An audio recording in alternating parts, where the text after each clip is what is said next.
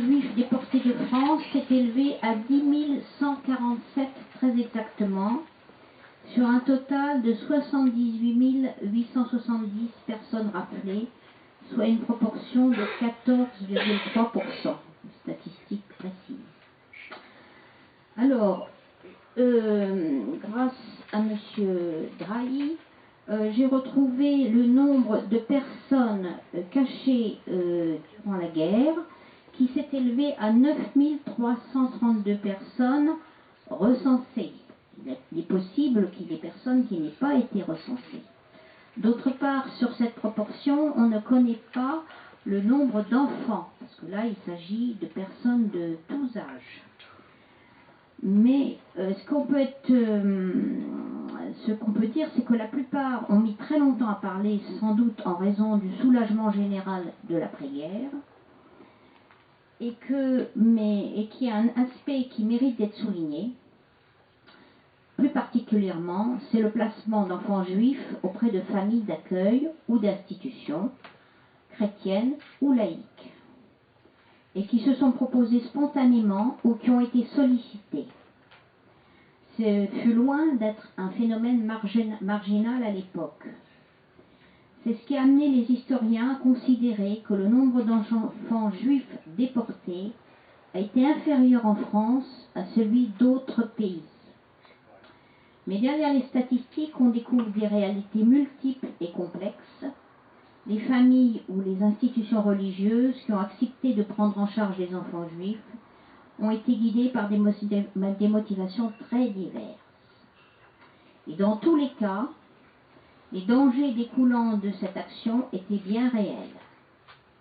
En outre, la guerre se prolongeant, les problèmes matériels et financiers posés aux familles d'accueil ajoutaient certainement aux préoccupations quotidiennes. Personnellement, je me suis posé la question, la même solidarité se manifesterait-elle de nos jours en France à l'égard de populations en danger? Je n'en suis pas sûre. Et maintenant, je vais céder la parole à M. Albert Barbout. Avant de lui céder la parole, je vais rappeler que j'ai demandé à chacun de nos intervenants de se limiter d'abord à un exposé d'environ 10 minutes. Je leur poserai quelques questions pour qu'ensuite on puisse laisser à la salle le temps de discuter et qu'ils puissent poursuivre leur intervention passionnante. Donc, je vous cède la parole, Monsieur Barbout. Vous aviez 6 ans au moment de la déclaration de guerre à Paris, où vous êtes né. Et je voulais vous demander quels sont vos souvenirs que vous aviez vers 7-8 ans dans le 11e arrondissement où vous résidiez à l'époque. Bien, je m'appelle Albert Barbout, je suis juif. Je commence toujours comme ça met les choses au clair. Des fois je fais des témoignages auprès des établissements scolaires et la première chose que je dis, je suis juif, comme ça met, tout le monde sait à qui ils ont affaire. Je suis donc né en 1933. Désolée de vous interrompre. Est-ce que tout le monde entend bien au fond de la salle? Sinon, je prends le micro. Parce que... Je prends le micro? Oui. Donc, je suis né à Paris en 1933, et donc, au moment de la déclaration de guerre, il faut vous dire d'abord que mes parents étaient originaires de Turquie. Mon père avait quitté la Turquie dans les années 20, au moment de faire son service militaire. Parce qu'il faut savoir qu'en Turquie, le service militaire était d'une durée de 7 ans. Donc les Turcs, en général, musulmans, avaient le droit de prendre quelqu'un qui n'avait pas beaucoup de moyens pour aller faire le service militaire à leur place, moyennant quoi la personne qui était riche s'occupait de subvenir aux besoins de toute la famille. Les Juifs n'avaient pas ce droit. Les Juifs devaient faire 7 ans de service militaire. Si bien qu'au moment d'arriver à peu près à l'âge du service militaire, beaucoup de Juifs quittaient la Turquie. C'est ce qui est arrivé avec mon père, qui donc clandestinement a quitté la Turquie, est arrivé naturellement en France, qui était le pays des droits de l'homme, liberté, égalité, fraternité, et donc est arrivé dans le 11e arrondissement à Paris, où se retrouvaient tous ces Juifs qui venaient de Turquie.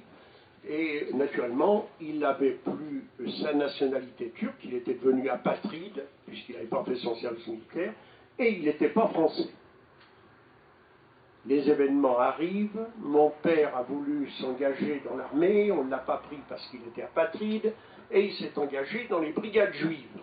La drôle de guerre a duré ce qu'elle a duré, il est démobilisé, il rentre à Paris, et je ne sais pas, il avait dû attraper une maladie quelconque, il y décède quelques mois après à l'hôpital Rothschild. Et ma mère se retrouve donc seule avec les 3 enfants.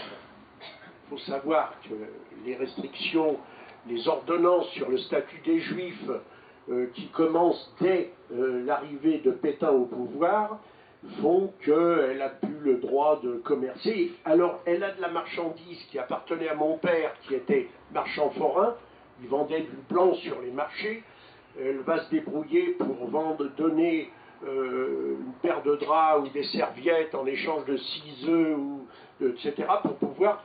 Mais bon, c'est difficile. Elle fait la connaissance d'une dame qui lui dit tu devrais au moins te séparer d'un de tes enfants, on était 3. Ils avaient quel âge Mon frère, le second, avait 15 mois de moins que moi. Il était né en 34, au mois de septembre. Et Jojo, le plus jeune, était né en 37. Il avait 4 ans. Donc moi, elle me place à l'assistance publique qui m'envoie à Auxerre, dans une famille de paysans. J'ai donc vu en 47 l'exode, avec l'arrivée des Allemands, sur cette grande route. En 40 En 1940. 40, En 1940. Je reste quelques mois là, j'étais pas bien, j'étais maltraité par le fils de ces paysans. Enfin, toujours est-il que ma mère me récupère début 41, quand l'exode se termine et que je rentre à Paris avec mes frères, et je vais à l'école communale comme tous les gosses. Et puis 42, statut des Juifs encore, obligation de porter l'étoile jaune avec l'inscription juif sur les vêtements. Je porte donc, j'ai à ce moment-là, en 1942, j'ai 9 ans, donc je porte l'étoile juive sur mes vêtements. Et vous avez assisté à un spectacle particulier, Boulevard Voltaire? Parce que j'habitais 85 rue Sedaine, qui est presque à l'angle du boulevard Voltaire, et ce boulevard Voltaire, juste en face, il y avait le commissariat de police. Et je me rappelle avoir vu de mon balcon la queue des gens sur le boulevard Voltaire qui allaient se faire tamponner leur carte d'identité et acheter, je dis bien acheter, moyennant 3 tickets de textile pour avoir l'étoile jaune, 3 par personne, qu'on devait coudre sur les vêtements. J'ai donc l'étoile jaune inscrite sur mes vêtements. Et de ce jour-là, je ne suis plus un petit garçon comme les autres. C'est fini. À l'école, on me montre du doigt. Je suis le sale juif. Je suis le sale youpin. Je suis le sale yourte. J'ai plus de copains. Alors, je dis à ma mère, je ne veux plus aller à l'école. Elle me change d'école, elle me met, j'étais à la rue Keller, je vais à la rue au boulevard Parmentier, puis c'est pareil, et puis à la rue Godefroy-Cavagnac, enfin, c'est toujours pareil. Ma mère va voir la directrice lui dit, écoutez madame, vous savez, bon, vous êtes juive, votre fils, vous devriez l'enlever de l'école, ça serait encore mieux pour tout le monde. Voilà la solution qu'avait trouvée la directrice. Donc, je rentre à la maison, je ne veux plus aller à l'école, et ma mère, à ce moment-là, il y a les rafles, les premières rafles des Juifs du 11e arrondissement, où on rafle les apatrides. Elle pense qu'un jour ou l'autre, on va venir nous arrêter. Elle va revoir cette dame de l'assistance publique, et elle dit, bon, au moins les 2 garçons, les 2 aînés, les 2 plus grands, essaye de me les garder, essaye de voir quelque chose. Et donc, on part avec mon frère Nisso à l'assistance publique boulevard d'Enfer-Rochereau à Paris. On reste quelques jours là, Et puis elle nous place, elle trouve deux fermes voisines l'une de l'autre dans la Nièvre, à côté d'un petit village qui s'appelle La Selle-sur-Loire. Et donc on arrive là, on a deux fermes voisines. Madame Dionne, c'est une fermière âgée, une dame âgée avec un monsieur âgé.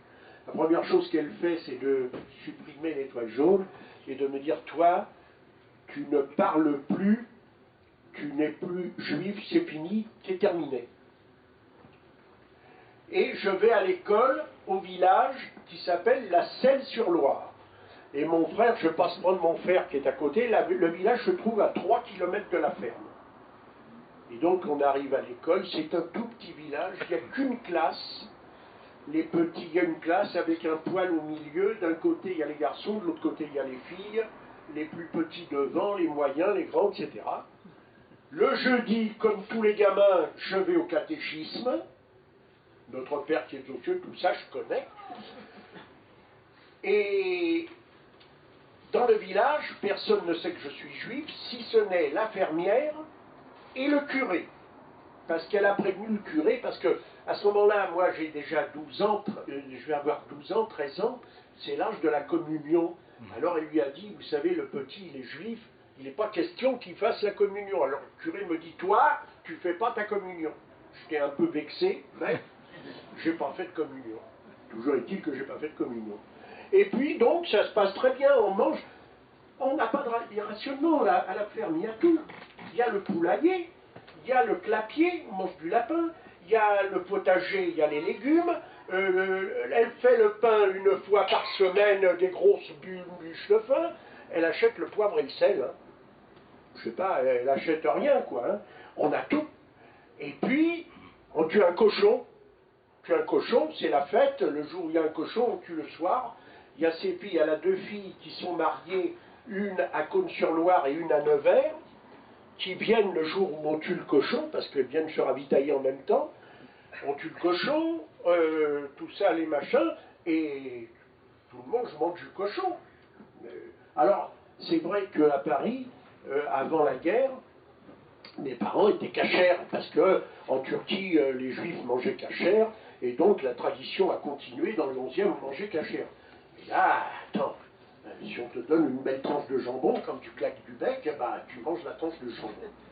Et tant pis, tu fais schéma Israël et tu manges la tranche de jambon. C'est pas vrai quand le rabbin. Dans ces cas, c'est compatible. Et voilà. Et donc, on mangeait le jambon, on mangeait. C'est la seule viande qu'il y avait. Mais il y avait tout le reste. Et alors, quand le cochon, on avait tout mangé, eh ben, on tuait un autre cochon. Voilà, c'était très bien. Tout s'est passé très bien jusqu'au 23 mars 44. 23 mars 44. Ce jour-là, enfin 2 jours avant, ma mère est arrêtée. À Paris, elle est avec mon petit frère Jojo, qui lui, elle l'a gardé, parce qu'il est trop petit. Elle est arrêtée et elle est naturellement, comme toutes les rafles, elle est envoyée à Drancy. À Drancy. Et ma mère, elle avait gardé sa nationalité turque, parce que mon père était venu comme apatride, mais ils étaient fiancés en Turquie. Quand il a eu son boulot, qu'il a eu son appartement, qu'il travaillait, qu'il était bien, il a fait venir sa fiancée et ils se sont mariés dans le 11e arrondissement à la mairie, et c'est là où je suis né. Mais ma mère a gardé sa nationalité turque parce que, d'abord en Turquie, elle avait son père, sa mère, elle avait ses frères, ses sœurs, et elle n'avait pas de problème avec le service militaire. Donc elle a gardé sa nationalité, elle allait tous les ans au consulat, payer, je ne sais pas, il y avait quelque chose à payer, mais elle était toujours turque. Elle est arrêtée le 22 mars 1944, à Drancy avec Jojo, et elle sort son passeport turc, elle dit voilà, moi je suis turc, je veux rentrer chez moi en Turquie. Et sur le passeport, il y a la photo des 3 enfants. Alors on lui demande, mais où sont vos autres enfants? Elle est obligée de dire où nous étions. Et donc ce sont les gendarmes français qui viennent nous chercher dans la Nièvre. Ils viennent, c'était un jour où j'avais pas classe, ils demandent à Madame Dionne, le petit barboute. Il dit il est là, qu'est-ce que vous lui voulez? Et il y a